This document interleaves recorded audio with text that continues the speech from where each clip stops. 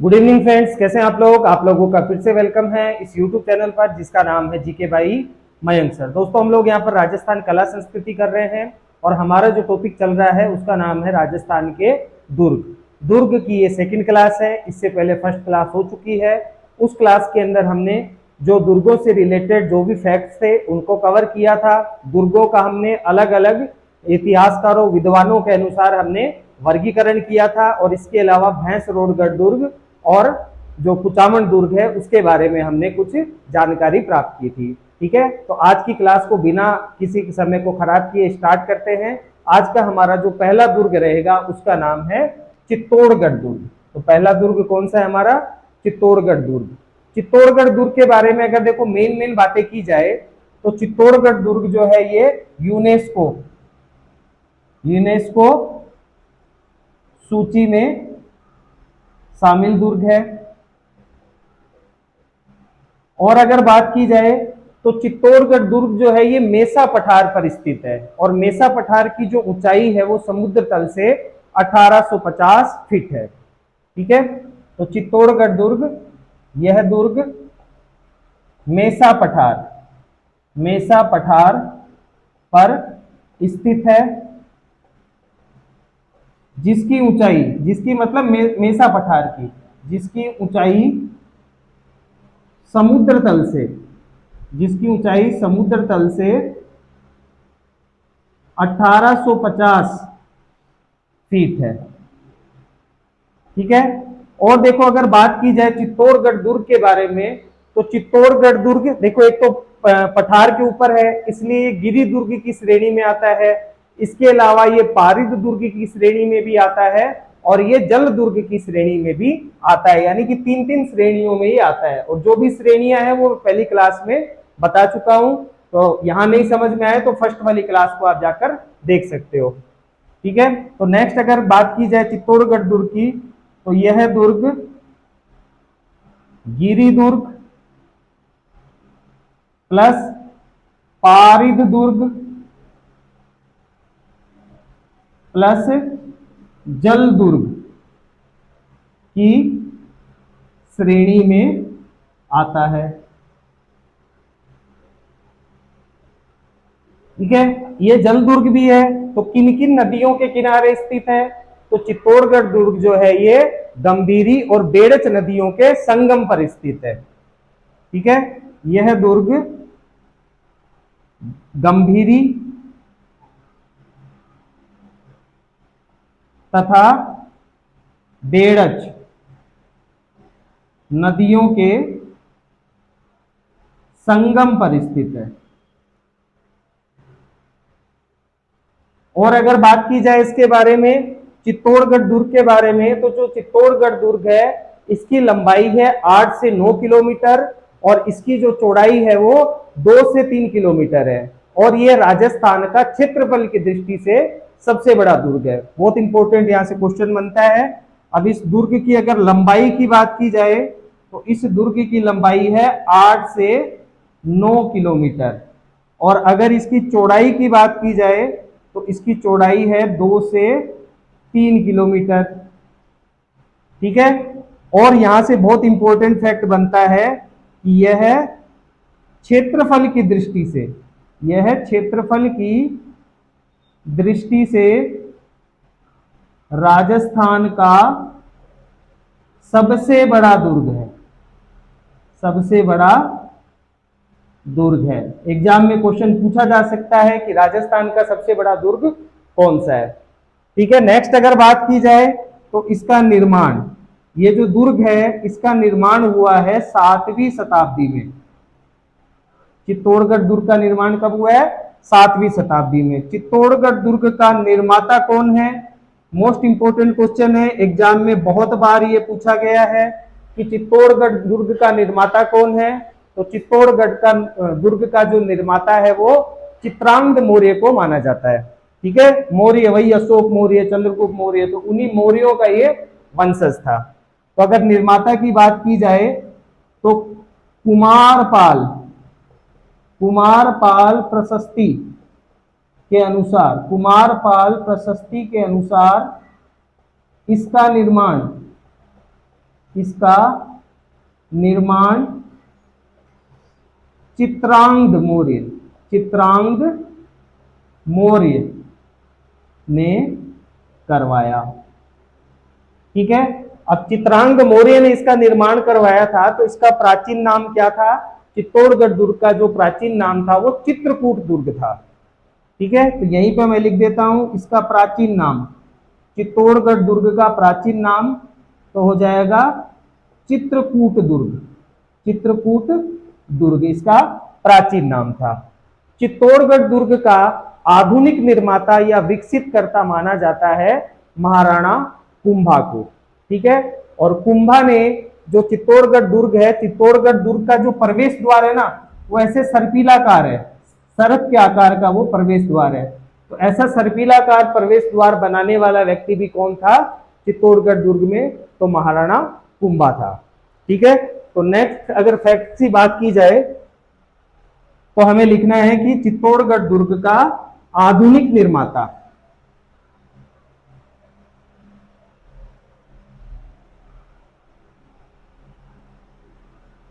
चित्तौड़गढ़ दुर्ग का आधुनिक निर्माता,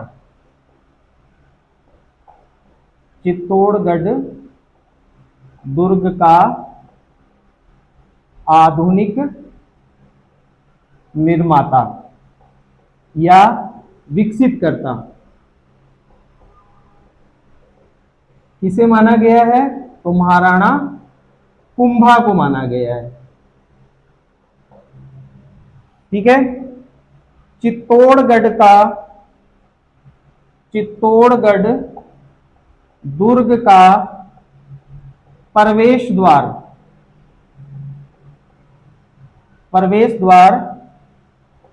सर्पिलाकार है, सर्पिलाकार है, जिसका निर्माण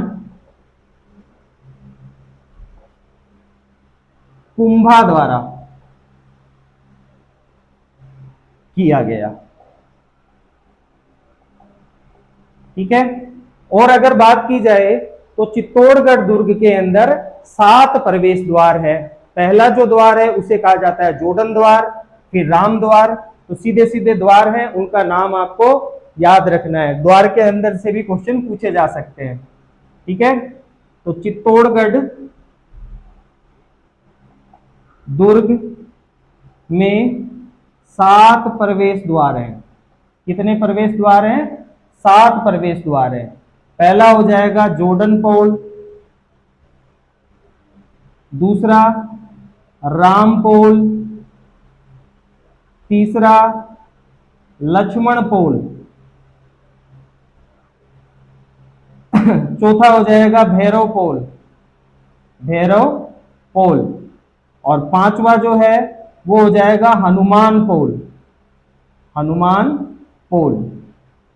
6th नंबर पे आपको ध्यान में रखना है पांडव पोल, और 7th नंबर पे है गणेश पोल। तो ये इसके 7 प्रवेश द्वार हैं। नेक्स्ट हम बात करेंगे जो चित्तौड़गढ़ दुर्ग है इसके उपनाम कितने हैं। तो बहुत थोड़े से उपनाम है, 12 उपनाम है, आपको ध्यान में रखने हैं। तो नेक्स्ट हम बात करेंगे चित्तौड़गढ़ दुर्ग के उपनाम। इसको नोट करते चलना भाई साथ साथ। चित्तौड़गढ़ दुर्ग के उपनामों की अगर बात की जाए तो पहला इसका उपनाम आपको ध्यान में रखना है राजस्थान का सिरमौर। और ये क्वेश्चन बहुत बार एग्जाम में पूछा गया है कि ऐसा कौन सा दुर्ग है जिसे राजस्थान का सिरमौर कहा जाता है। तो आपको ध्यान में रखना है चित्तौड़गढ़ दुर्ग, राजस्थान का सिरमौर। व्हेल मछली की आकृति वाला, इसकी जो आकृति है वो किसकी जैसी है? व्हेल मछली की तरह है। सर्वाधिक साके वाला दुर्ग,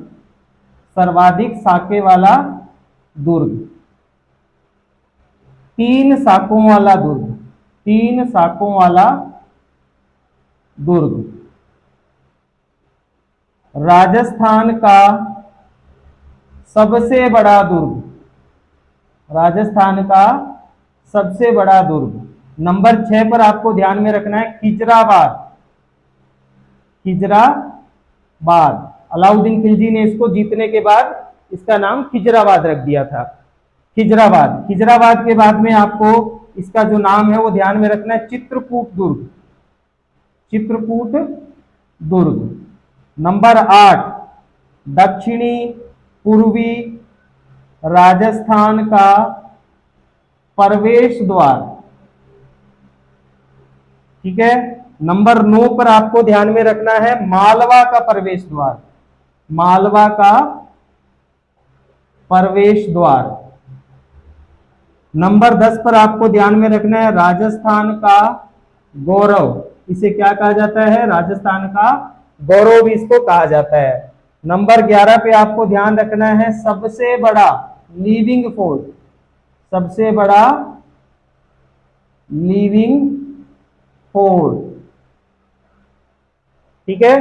और क्या ध्यान में रखना है? तो और आपको ध्यान में रखना है नंबर 12 पर त्याग व बलिदान का प्रतीक। त्याग व बलिदान का प्रतीक। ठीक है। सबसे बड़ा लिविंग फोर्ट इसलिए कहा जाता है क्योंकि यहां पर अभी भी काफी संख्या में लोग रहते हैं, राज परिवार के लोग भी अभी भी इसमें निवास करते हैं। यानी कि ये फोर्ट इतना बड़ा था कि इसमें खेती भी की जाती थी। ठीक है। तो राजस्थान का ऐसा कौन सा किला है जहां पर खेती की जाती है? तो राजस्थान का जो चित्तौड़गढ़ दुर्ग है इसके अंदर खेती का काम भी किया जाता था। नेक्स्ट हम बात करेंगे ये जो चित्तौड़गढ़ दुर्ग है इसके प्रमुख मंदिरों की, कि चित्तौड़गढ़ दुर्ग में प्रमुख मंदिर कौन कौन से हैं। तो नेक्स्ट आपको ध्यान में रखना है चित्तौड़गढ़ दुर्ग के प्रमुख मंदिर। देखो मंदिरों की अगर बात करें तो फर्स्ट नंबर पे आपको ध्यान में रखना है मीरा मंदिर या कृष्ण मंदिर।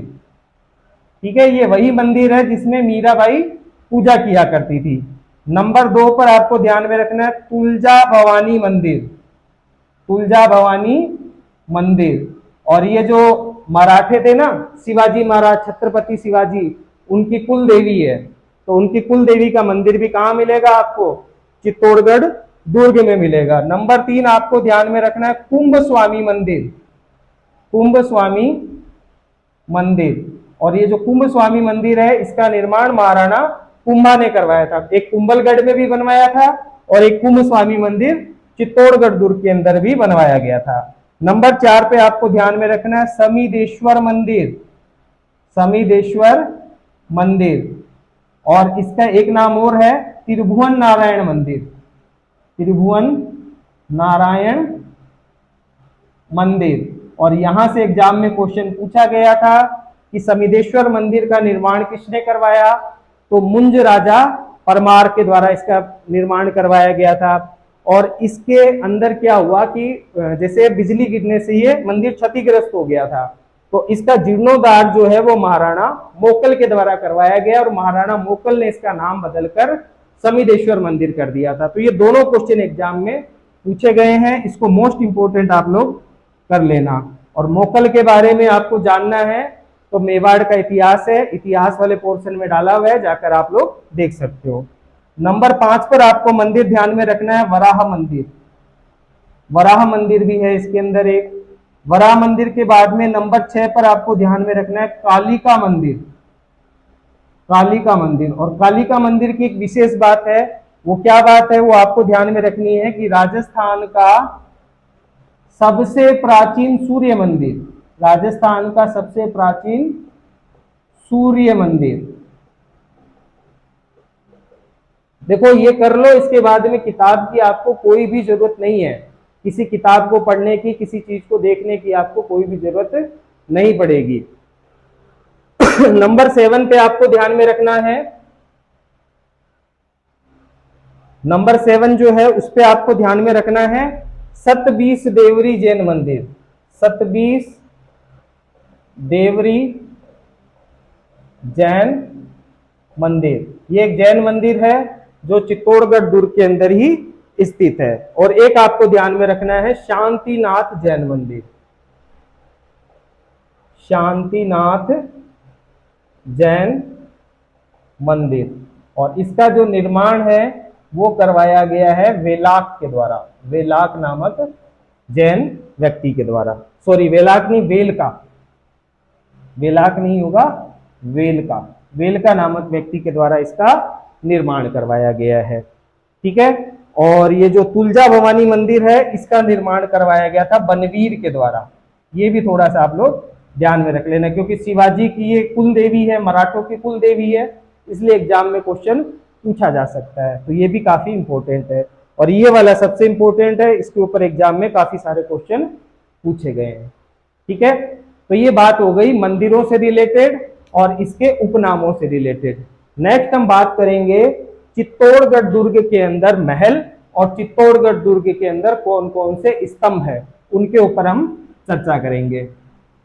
तो नेक्स्ट हेडिंग डालेंगे चित्तौड़गढ़ दुर्ग में स्तंभ।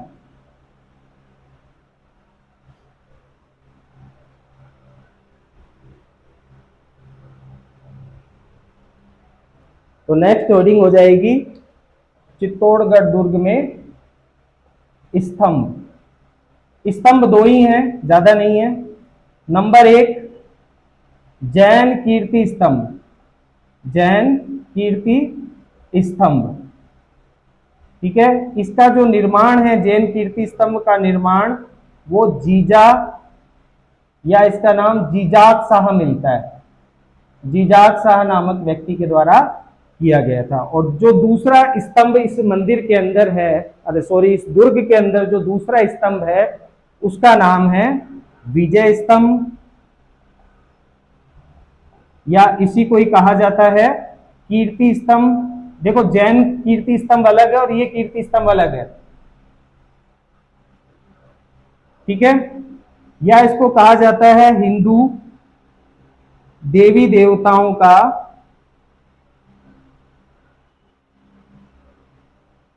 अजायब घर, हिंदू देवी देवताओं का अजायब घर, क्योंकि यहाँ इतने सारे हिंदू देवी देवताओं की इस पे मूर्तियां बनी हुई है कि आप इसको क्या कह सकते हैं, हिंदू देवी देवताओं का अजायब घर भी कह सकते हैं। और इसको मैंने बहुत विस्तार से पढ़ाया है महाराणा कुंभा के अंदर। ठीक है। यहाँ इसको अगर विस्तार से करवाऊंगा तो ये जो चित्तौड़गढ़ दुर्ग है ये बहुत लंबा चला जाएगा। ठीक है। और इसका निर्माण आप ध्यान में रख लेना कि विजय स्तंभ का जो निर्माण है वो करवाया था महाराणा कुंभा ने। ठीक है। नेक्स्ट हम बात करेंगे चित्तौड़गढ़ दुर्ग के अंदर महल की, कि इसके अंदर कौन कौन से महल है। तो पहला महल आपको ध्यान में रखना है पद्मनी का महल। नंबर 2 गोरा बादल का महल, गोरा बादल महल। नंबर 3 आहाड़ा हिंगोला महल। नंबर 4 भामाशाह की हवेली। नंबर 5 रत्न सिंह का महल। और नंबर 6 पर आपको ध्यान में रखना है फतेह प्रकाश महल, फतेह प्रकाश महल। अब देखो, ये जो चित्तौड़गढ़ दुर्ग है इसे सर्वाधिक शाखों वाला महल कहा जाता है, क्योंकि इस महल में 3 शाखे हुए हैं। इनके बारे में भी एग्जाम में बहुत बार क्वेश्चन पूछे गए हैं, तो इन 3 शाखों को भी हम यहीं पर ही कवर करेंगे। तो नेक्स्ट हेडिंग हमें लगानी है चित्तौड़गढ़ दुर्ग में शाखा।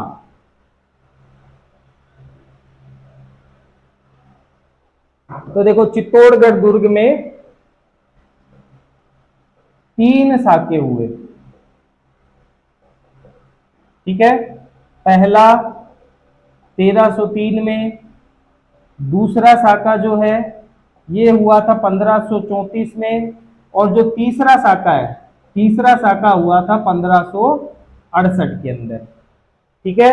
अगर बात की जाए आक्रमणकारी, आक्रमण करने वाला व्यक्ति कौन था, शाखा आप लोग समझती हो क्या होता है, जिसके अंदर राजा या उसका सेनापति लड़ते हुए वीर गति को प्राप्त हो जाता है, यानी कि केसरिया कर लेता है। और रानी हो या जो भी इस किले में मुखिया हो, वो मतलब महिला हो, वो क्या कर ले, जोहर कर ले। ठीक है, तो उसी को क्या कहा जाता है, साका कहा जाता है। तो आक्रमणकारी जो पहला साका हुआ है, इस पहले साके में आक्रमणकारी था अलाउद्दीन खिलजी। अलाउद्दीन खिलजी। दूसरा जो साका है, इसके अंदर जो आक्रमणकारी था उसका नाम था बहादुर शाह। बहादुर शाह, और ये गुजरात का शासक था। ठीक है। तीसरा जो साका हुआ है, इसके अंदर आक्रमणकारी था अकबर। आक्रमणकारी के बाद में हम बात करते हैं केसरिया। केसरिया किसने किया, यानी कि कौन लड़ते हुए वीर गति को प्राप्त हुआ। तो केसरिया करने वाला व्यक्ति था रावल रतन सिंह। रावल शाखा का अंतिम शासक था रावल रतन सिंह। फिर राणा शाखा आ गई थी, तो रावल रतन सिंह। रावल रतन सिंह के बाद में जो दूसरा शाखा हुआ है, इसके अंदर केसरिया करने वाले व्यक्ति का नाम था बाघ सिंह। ठीक है। और जो तीसरा शाखा हुआ है, इसके अंदर केसरिया करने वाले व्यक्ति थे जयमल मेड़तिया प्लस फत्ता फत्ता सिसोदिया। इन व्यक्तियों ने जो है वो केसरिया किया था। ये दोनों सेनापति थे। महाराणा कुंभा की मृत्यु पहले ही हो गई थी, तो उसका फायदा उठाकर बहादुर शाह जो गुजरात का शासक था, उसने चित्तौड़गढ़ दुर्ग के ऊपर आक्रमण किया था। नेक्स्ट अगर बात की जाए जोहर की, कि भाई जोहर किसने किया, तो जो पहला साका था, इस पहले साके में जोहर किया था रानी पद्मनी ने।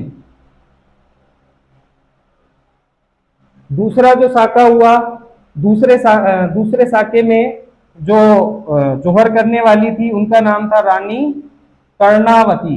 और कर्णावती कौन थी, तो महाराणा सांगा की विधवा थी ये। ठीक है। देखो साका होता था ना, तो बहुत ही खतरनाक हुआ करता था। मतलब कहने का मतलब ये है कि 18 साल से ऊपर का कोई बचता ही नहीं था, केवल औरतें रह जाती थी या छोटे छोटे बच्चे रह जाते थे। ठीक है। औरतें भी कैसी, बूढ़ी औरतें या छोटी बच्चियां रह जाया करती थी। बाकी क्या सब मतलब जवान जितने भी हो, पुरुष हो महिला हो, सब मारे जाते थे। और अगर बात की जाए तीसरा साका, तो तीसरा साका में जिसने जोहर किया था उसका नाम था फूल कंवरी। फूल कंवरी। और फूल कंवरी कौन थी, तो ये जयमल की पत्नी थी। जयमल की पत्नी। ठीक है। एक चीज यहां पर और ध्यान रख लेना, कत्लेआम। कत्लेआम यानी कि आम नागरिकों को, युवाओं को, वृद्धों को, सबको मारा गया कि नहीं मारा गया। तो पहले साके में कत्लेआम हुआ था, दूसरे साके में कत्लेआम नहीं हुआ। और अकबर ने जो आक्रमण किया, इस साके के अंदर भी कत्लेआम हुआ था। और ये जो कत्लेआम है, ये अकबर के ऊपर जीवन पर एक दाग है। ठीक है। तो ये मेन बातें हो गई किससे रिलेटेड, चित्तौड़गढ़ दुर्ग से रिलेटेड मेन बातें हो गई। चित्तौड़गढ़ दुर्ग के बाद में नेक्स्ट जो दुर्ग हम लेंगे उसका नाम है भटनेर का दुर्ग। ठीक है। तो इसको नोट कर लीजिए। तो नेक्स्ट जो हमारा दुर्ग है उसका नाम है भटनेर दुर्ग।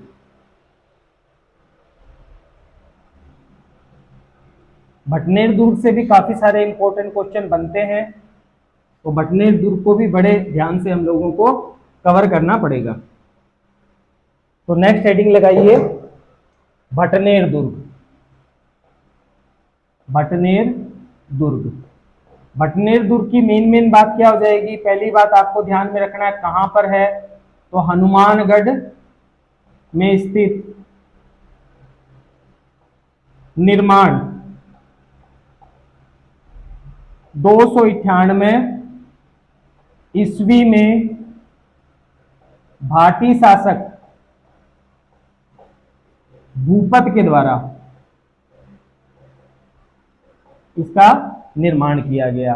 फिर एक मोस्ट इंपोर्टेंट फैक्ट आपको ध्यान में रखना है कि यह राजस्थान का पहला और सबसे प्राचीन दुर्ग है।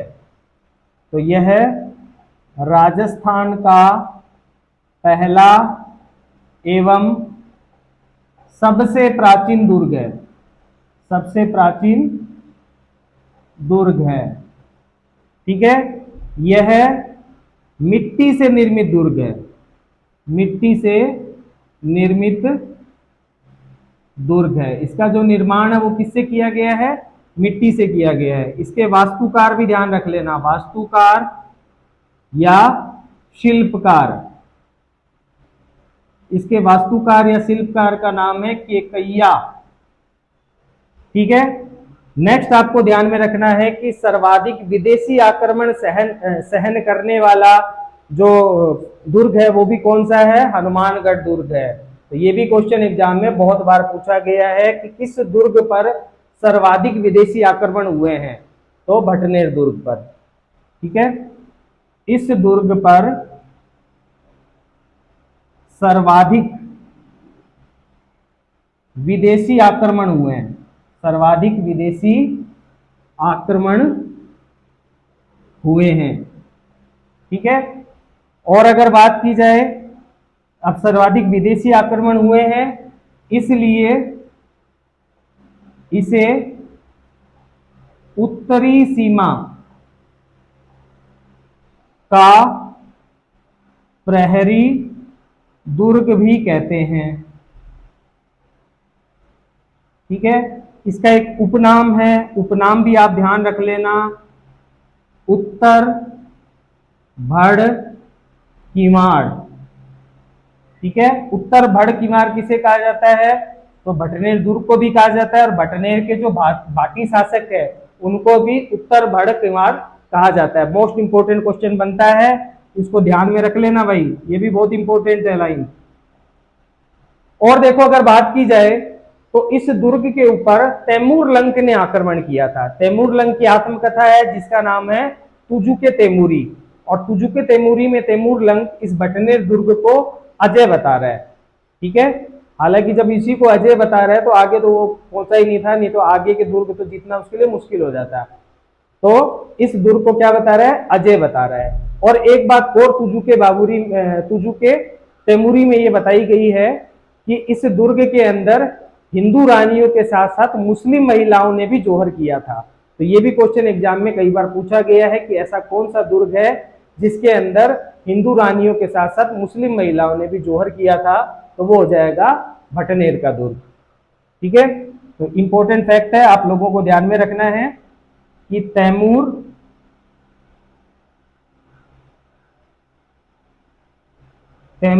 लंक ने इस दुर्ग पर आक्रमण किया था। अब ये जो तैमूर है, तैमूर की आत्मकथा का नाम है तुजुके तैमूरी, तुजुके तैमूरी इसकी आत्मकथा का नाम है। अब ये जो तुजुके तैमूरी ग्रंथ है ये हमको क्या बताता है, ये दो तीन बातें बताता है, उसको भी हमको ध्यान में रखना है।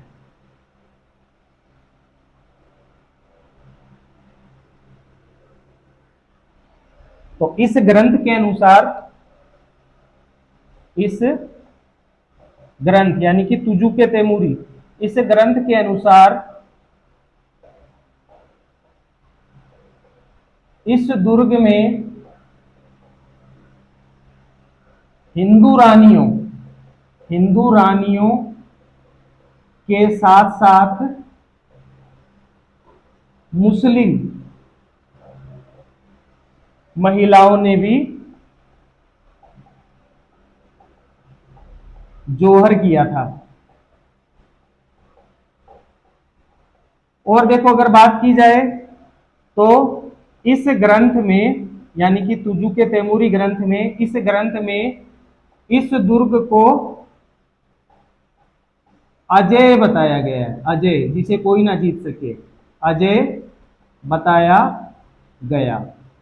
एक बात और ध्यान में रख लेना, लास्ट बात भटनेर दुर्ग की, कि 1823 के अंदर जो बीकानेर के शासक थे सूरज सिंह, उन्होंने इस दुर्ग को जीता।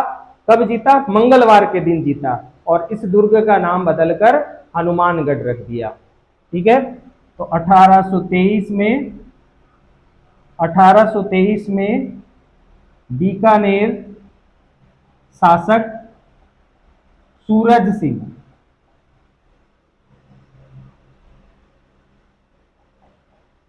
ने इस दुर्ग को जीतकर इसका नाम, इस दुर्ग को मंगलवार को जीतकर, इस दुर्ग को मंगलवार को जीतकर इसका नाम हनुमानगढ़ रख दिया, हनुमानगढ़ रख दिया। ठीक है, तो ये मेन बातें हो गई बटनेर दुर्ग से रिलेटेड। बटनेर दुर्ग के बाद में नेक्स्ट जो दुर्ग है जिसको हम पढ़ने वाले हैं उसका नाम है अकबर का किला, या इसी को ही मैगजीन फोर्ट भी कहा जाता है। हाँ, तो नेक्स्ट अगर बात की जाए तो अगला महल होगा, अगला दुर्ग है अकबर का दौलत खाना या मैगजीन फोर्ट।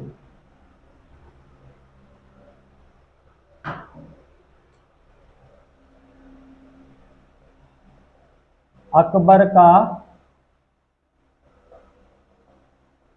दौलत खाना या मैगजीन फोर्ट। ठीक है, कहां पर स्थित है? तो अजमेर में स्थित है। कहां पर स्थित है? अजमेर में स्थित है। इसका निर्माण, इसका जो निर्माण है 1570 में अकबर द्वारा किया गया। ठीक है, अजमेर में अकबर का स्थायी निवास, अजमेर में अकबर का स्थायी निवास था ये। और अगर बात की जाए तो ख्वाजा मोइनुद्दीन चिश्ती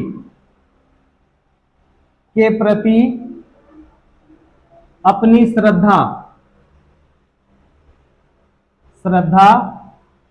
प्रकट करने के लिए, अपनी श्रद्धा प्रकट करने के लिए पहले इस महल का जो है वो मिट्टी का प्रारूप बनाया गया और उसके बाद में जो असली महल है वो बनाया गया था। तो अपनी श्रद्धा प्रकट करने के लिए पहले इस महल का मिट्टी का प्रारूप यानी कि मॉडल बनाया गया, जिसे बादशाही भवन का नाम दिया गया, जिसे बादशाही भवन का नाम दिया गया। और क्या बात ध्यान रखनी है? तो और ध्यान में रखना है कि इसके मुख्य प्रवेश द्वार को जहांगीरी दरवाजा कहा जाता है। इसके प्रवेश द्वार को जहांगीरी दरवाजा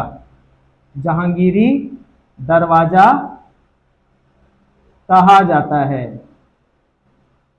और क्या बात ध्यान रखनी है? तो और इसमें आपको 2-3 बातें और ध्यान में रखनी है कि जो ब्रिटिश एजेंट था जिसका नाम था सर टॉमस रो, जो 1616 में जहांगीर से मुलाकात करने के लिए आया था, तो जहांगीर से इसकी मुलाकात इसी महल के अंदर हुई थी। ठीक है, अकबर का किला भी इसको कहा जाता है। तो अगर बात की जाए तो 10 जनवरी 1616 में जहांगीर की मुलाकात ब्रिटिश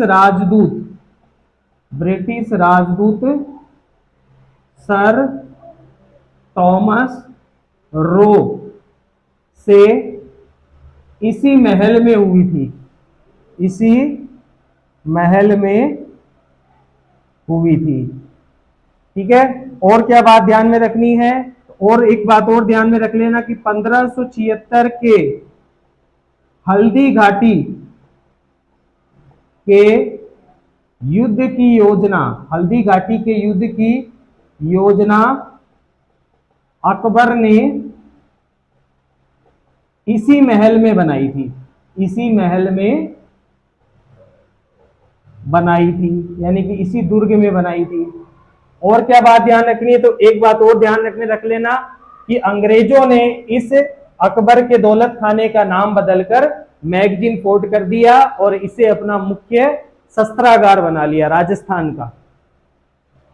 ठीक है, एक बात और ध्यान में रख लेना कि अंग्रेजों ने इसका नाम बदलकर मैगजीन फोर्ट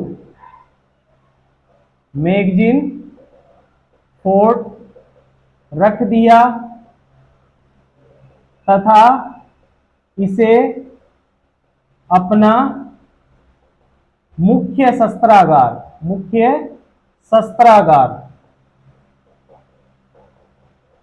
बना लिया।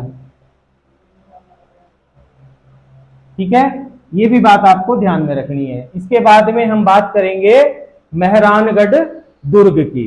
ठीक है, हाँ, तो नेक्स्ट बात की जाए तो नेक्स्ट महल हो जाएगा हमारा मेहरानगढ़ दुर्ग।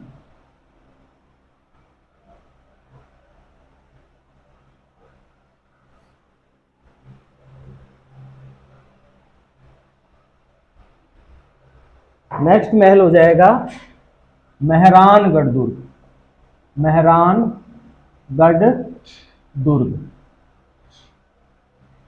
मेहरानगढ़ दुर्ग की मेन बात क्या हो जाएगी, जोधपुर में स्थित निर्माण, इसका निर्माण 12 मई 1459 को राव जोधा द्वारा इसका जो निर्माण है वो किया गया। यह दुर्ग चिड़िया टूक या पंचेटिया पहाड़ी पर स्थित है। ठीक है, अब ये पहाड़ी पर स्थित है ना, इसलिए किसकी श्रेणी में आएगा, गिरि दुर्ग की श्रेणी में है। यह गिरि दुर्ग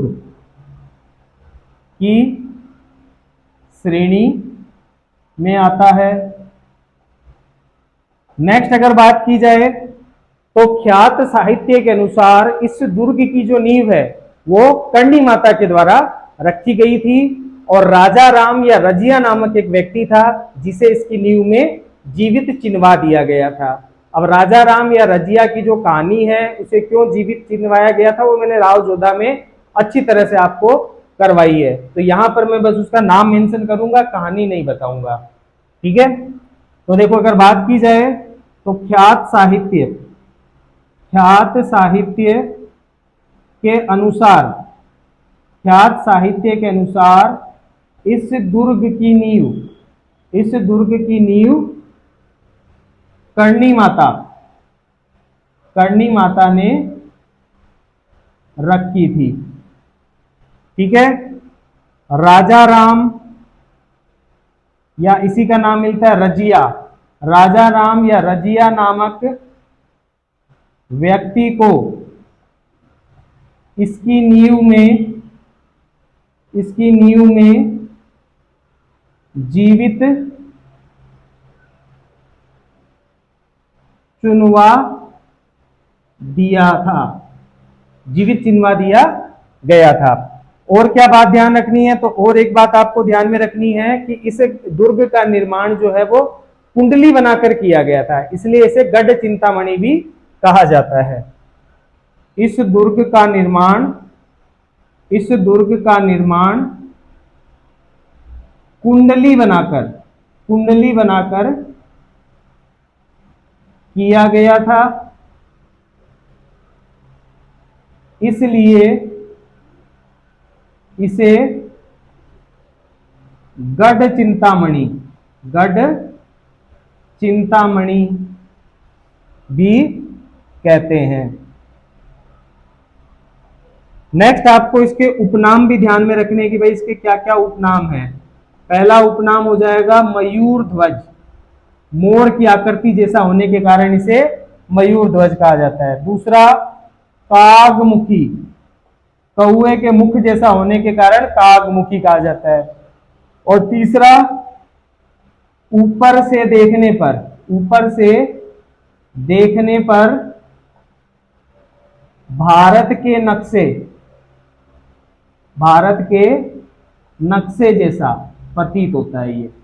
ठीक है, तो ये हो गए इसके उपनाम। और अगर बात की जाए तो इसके ऊपर कुछ कथन है, वो कथन आपको ध्यान में रखना है। नंबर 1 कथन आपको ध्यान में रखना है रूप यार्ड क्लिपिंग का। रूप यार्ड क्लिपिंग इसके ऊपर क्या कथन देते हैं, तो वो कहते हैं कि यह जो दुर्ग है ये परियों या फरिश्तों की करामात है। यह दुर्ग परियों तथा फरिश्तों, परियों तथा फरिश्तों की करामात है। और देखो, अगर बात की जाए तो सेकंड कथन आपको ध्यान में रखना है कर्नल जेम्स टोड का। इसको नोट कर लेना भाई सब। सेकंड कथन आपको ध्यान में रखना है कर्नल जेम्स टोड का। कर्नल जेम्स टोड क्या कहते हैं इसके बारे में, तो कर्नल जेम्स टोड कहते हैं, नंबर 2 कथन आपको ध्यान में रखना है colonel Tod, James Tod. Colonel Tod के अनुसार राव जोधा के वंशज इस,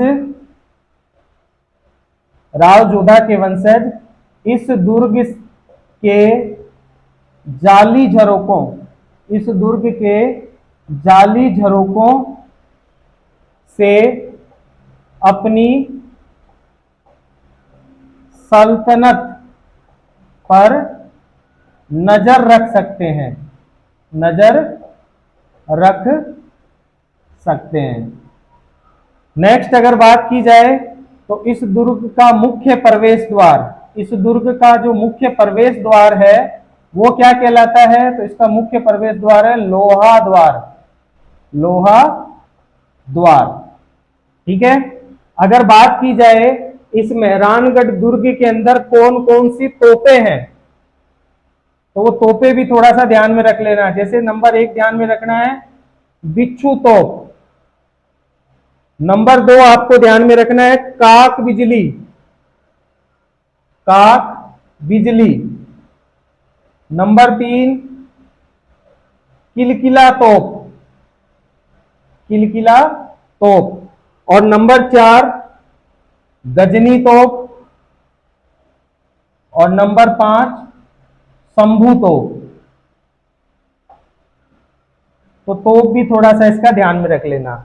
नेक्स्ट आपको ध्यान में रखना है इस महल में कौन कौन से मंदिर हैं, इस दुर्ग में कौन कौन से मंदिर हैं। तो पहला मंदिर है नागणेची माता का मंदिर, नागणेची मंदिर। नंबर 2 पर आपको ध्यान में रखना है चामुंडा, चामुंडा माता मंदिर। और ये जो चामुंडा माता है ये जोधपुर के जो राठौड़ वंश है उनकी आराध्य देवी है। ध्यान रखना भाई, आराध्य देवी देवता भी पूछ लिए जाते हैं।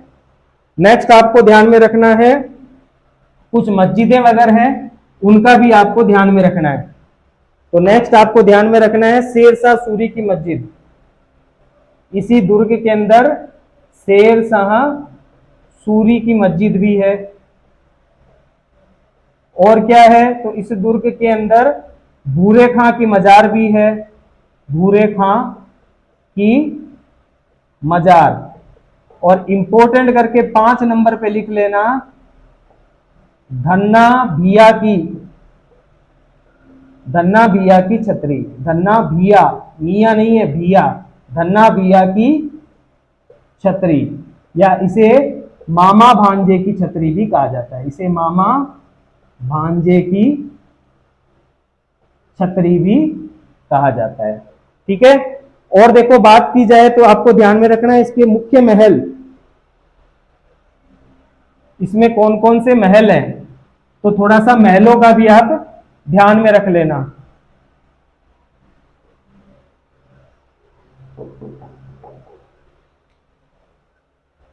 तो देखो इसमें कौन कौन से महल है, तो इसमें है मोती महल,